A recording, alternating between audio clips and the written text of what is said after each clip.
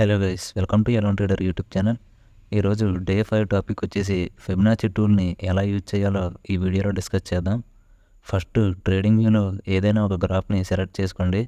నేను నిఫ్టీని సెలెక్ట్ చేసుకుంటున్నాను. ఇప్పుడు గ్రాఫ్లో స్వింగ్ హై అండ్ స్వింగ్ లోని ఐడెంటిఫై చేయాలి. చేసిన తర్వాత లెఫ్ట్ సైడ్లో ఫిబ్ రిట్రేస్మెంట్ అని ఒక టూల్ ఉంటుంది. దాని మీద క్లిక్ చేసి స్వింగ్ హై నుండి స్వింగ్ లోకి ఫిబొనాచిని డ్రా చేయాలి. ఈ ఫిబొనాచి ఎలా డ్రా చేయాలంటే, మార్కెట్ ఫాల్ అయిందంటే స్వింగ్ హై నుండి స్వింగ్ లోకి డ్రా చేయాలి. మార్కెట్ అప్ సైడ్ మూవ్ అయిందంటే స్వింగ్ లో నుండి స్వింగ్ హైకి డ్రా చేయాలి. ఈ ఫిబొనాచి టూల్లో 0.5, 0.6 లెవెల్స్ అనేవి చాలా క్రూషియల్గా యాక్ట్ అవుతాయి. ఇప్పుడు మార్కెట్ స్వింగ్ లో నుండి 0.5 లెవెల్కి వచ్చిందంటే మార్కెట్ 3 డైరెక్షన్లో వెళ్ళడానికి ఛాన్స్ ఉంటుంది. నెంబర్ 1, 0.6ని బ్రేక్ చేసి స్వింగ్ హైకి వెళ్ళడం. నెంబర్ 2, 0.6 ఆర్ 0.5 నుంచి రిజెక్ట్ అయ్యి స్వింగ్ లోకి రావడం.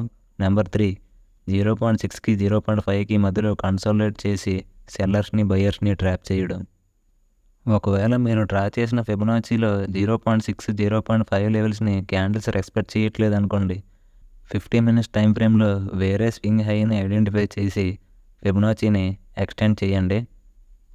ఇదంతా basic Fibonacci tool setup. Next వీడియోలో కొంచెం డెప్త్గా ఎక్స్ప్లెయిన్ చేస్తాను. Thanks for watching.